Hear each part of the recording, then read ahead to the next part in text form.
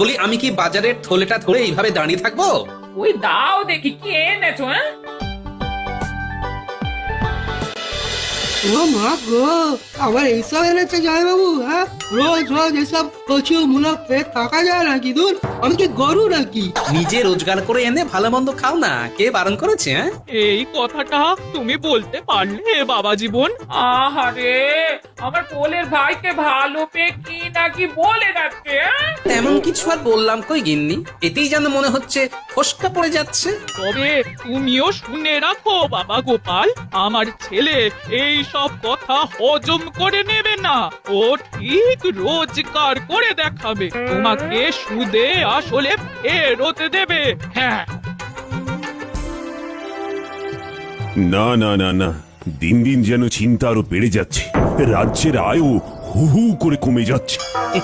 চিন্তা করবেন না মহারাজ, সামনেই চাষের ভরা মরশুম, গ্রামবাসীদের হাতে পয়সা আসবে আর তাতেই রাজকোষ ভরে যাবে। শুধু রাজকোষ নয়, সঙ্গে মন্ত্রী মশাইয়ের ট্যাঁকও ভরবে। দেখেছেন মহারাজ, গোপাল কিভাবে আমাকে ছোট করছে। সত্যিই তো গোপাল, প্রমাণ ছাড়া কারু সম্বন্ধে মিথ্যে অপবাদ দিলে তার জন্য কিন্তু শাস্তি পেতে হবে। আপনি যদি ওখান থেকে খানিক নাই গলাবেন, তবে আপনার এত গায়ে লাগছে কেন মন্ত্রী মশাই?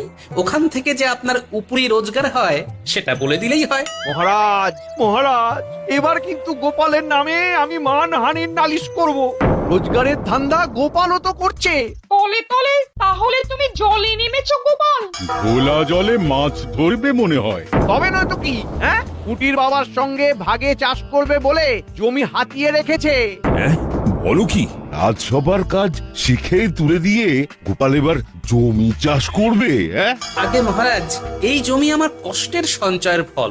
নিজের জমানো অর্থ দিয়েই আমি ওই জমি পুটির বাবার সঙ্গে ভাগে চাষ করব বলে ঠিক করেছি। না না, আরে সঞ্চয় নয় মহারাজ, সঞ্চয় নয়, আসল ব্যাপারটা হলো ভয়। গোপাল ভয় দেখিয়ে ওই জমি হড়পে নেওয়ার মতলব করেছে। না না গোপাল, আমি তোমাকে সতর্ক করছি, কোন রকম অন্যায় কিন্তু আমি বরদাস্ত করব না। শুধু কথা তো নয়, আমাকে যে শাশুড়ি আর শ্যালকের কাজও খেয়াল করতে হবে। কে জানে ওদিকে কি হচ্ছে। সেই কখন থেকে মুখ ভার করে বসে আছিস, রাগ করে একটা কিছু দাঁতেও কাটছিস না। আর রাগ করবো না তো কি? হ্যাঁ, রাগ করবো না তো কি? তুমি তো বলেই খালাস যে ছেলে রোজগার করবে, কিন্তু সেটা করবে কি করে? হ্যাঁ, করবে কি করে? ঘাবড়াচ্ছিস কেন? তুই গিয়ে বললে রোজগারের রাস্তা মন্ত্রী মশাই নিজেই দেখিয়ে দেবে। হ্যাঁ, তুই হলি গোপালের শ্যালক, তোকে কাজ দিলে তবেই তো সবাই দুটো কথা বড় মুখ করে শোনাতে পারবে। ওই না না না, আমি এইসবে নেই বাবা। হ্যাঁ, মন্ত্রী মশাই ওই যদি আমাকে দিয়ে নিজের খাটাখাটনি কাজ করে তখন কি হবে? তুই যেমন তেমন কাজ করতে চাইবি কেন? এমন কাজ করতে চাইবি যেটা জামাই বাবুর সামনে করে দেখাতে পারা যায়। হ্যাঁ, এই বুদ্ধিটা বেশ ভালো দিয়েছো তো। তাহলে আর মন্ত্রী মশাই আমাকে বেশি খাটাতে পারবে না।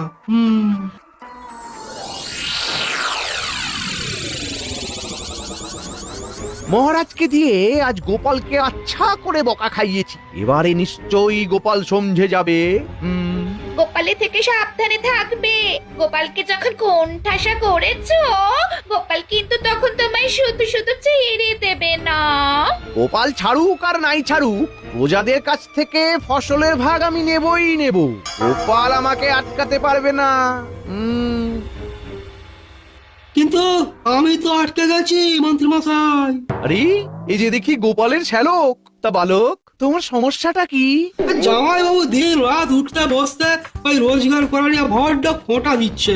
আপনিও আমায় যেভাবে হোক ওই জামাই বাবুর চোখের সামনে না ওই কিছু রোজগার করার একটা ব্যবস্থা করে দিন তো।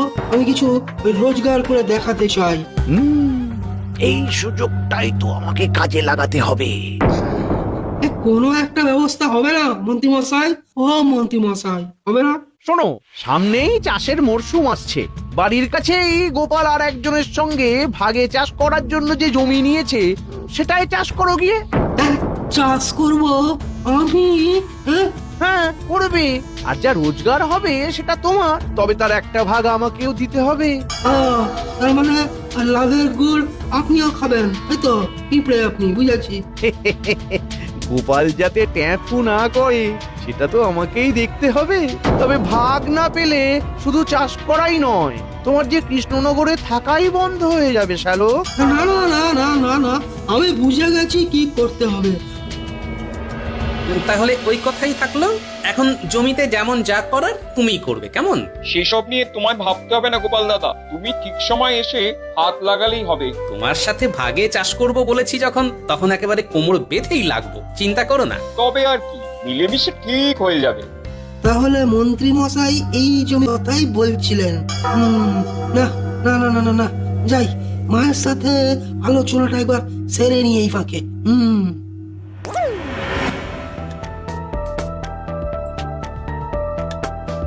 কিরে, ব্যবস্থা হলো?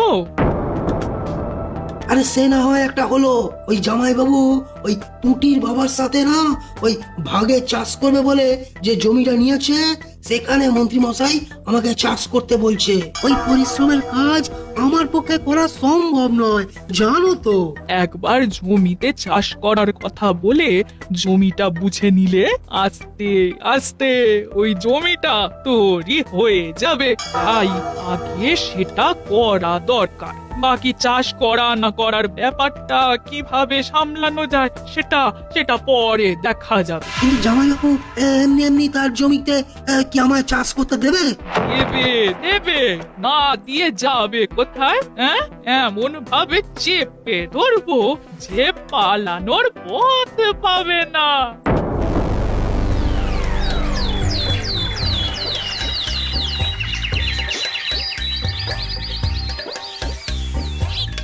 যাক, বেশ একটা ঘুম দেওয়া গেছে, এবারে ধীরে সুস্থে বাকি কাজ করতে হবে।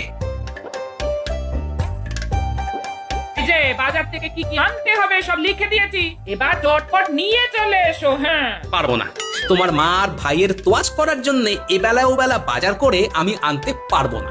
হ্যাঁ, এমনিতেই সময় মতো রাজসভায় যেতে না পারার জন্য আমাকে কথা শুনতে হচ্ছে। তা বাবা, রাজসভার কাজই যখন ঠিক মতো সামলে উঠতে পারছো না, তখন চাষের কাজ কি করে সামলাবে? অবাক কাণ্ড, এই ব্যাপারটা পাঁচ কান হলো কি করে? ওই পুটির বাবার সঙ্গে যে জমিটা ওই ভাগে নেওয়া আছে, সেটা কি তবে ফাঁকাই থেকে যাবে জামাই বাবু? বুঝতে পেরেছি, ওই ছুরি আর শ্যালক তার মানে বেশ আটঘাট বেঁধেই এসেছে। তা চাষের কাজটা না হয় আমার ছেলেই সামলাক। গোপাল বাবা জীবন, তুমি বরং রাজসভার দিকটাই দেখো। হ্যাঁ হ্যাঁ, সেটাই ভালো হবে। হ্যাঁ, ভালো মন্দের তুমি আর কি বুঝবে গিন্নি? বাবা জীবনকে দেখেও খারাপ লাগে। আহারে, কত কষ্ট আর সহ্য হয় না। বেচারা জামাই বাবু না একটু বিশ্রামও পায় না, সত্যি। এই দেখো দেখো, আমার মা তোমার জন্য কত কত ভাবে। দেখে তো আমার চোখে জল চলে আসছে। যা বুঝছি শাশুড়ি ভালো মতোই পেঁচ কষেছে, তবে জমি চাষের দায়িত্ব শ্যালককে দেওয়া ছাড়া তো এক্ষুনি কোনো উপায় দেখছি না। তবে কি স্থির করলে বাবা? আপনি যেমনটা বলছেন তেমনটাই হবে, না হয় পুটির বাবাকে জানিয়ে দিচ্ছি, তারপরে দেখা যাক কি হয়।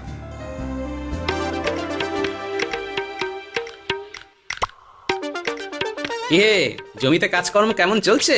গোপাল দাদা, তুমি যে মোহর দিয়েছিলে তাই দিয়ে জমিতে সার দেওয়া হয়ে গেছে। তবে আবার কি? তবে এবার কি বীজটাও আমি ছড়িয়ে দেবো? সে আর আমি কি বলি, চাষের ব্যাপারে আমার শ্যালকের সাথেই কথা বলতে বললাম যে তোমায়, সেই তো আমার বদলে চাষ করবে এবার। হ্যাঁ, সে তো বলেছো, কিন্তু না না, আমার শ্যালক বলে ওকে রেয়াত করার প্রশ্নই নেই, উল্টে পারলে আচ্ছা করে চেপে ধরো। ধরবো বলছো? অবশ্যই, যে যেমন পরিশ্রম করবে সেই অনুযায়ী ফসলের ভাগ পাবে, সেটাও জানিয়ে দাও ওকে। আমি ভালো করেই জানি যে চাষ করা আমার শ্যালকের কম্ম নয়, কয়েকদিন জমিতে খাটলেই টের পেয়ে যাবে কত ধানে কত চাল। জমির ভাগ তো না হয় পাওয়া গেল, এবার চাষের কি হবে? হ্যাঁ, ঘাবড়াচ্ছিস কেন? ভগবানকে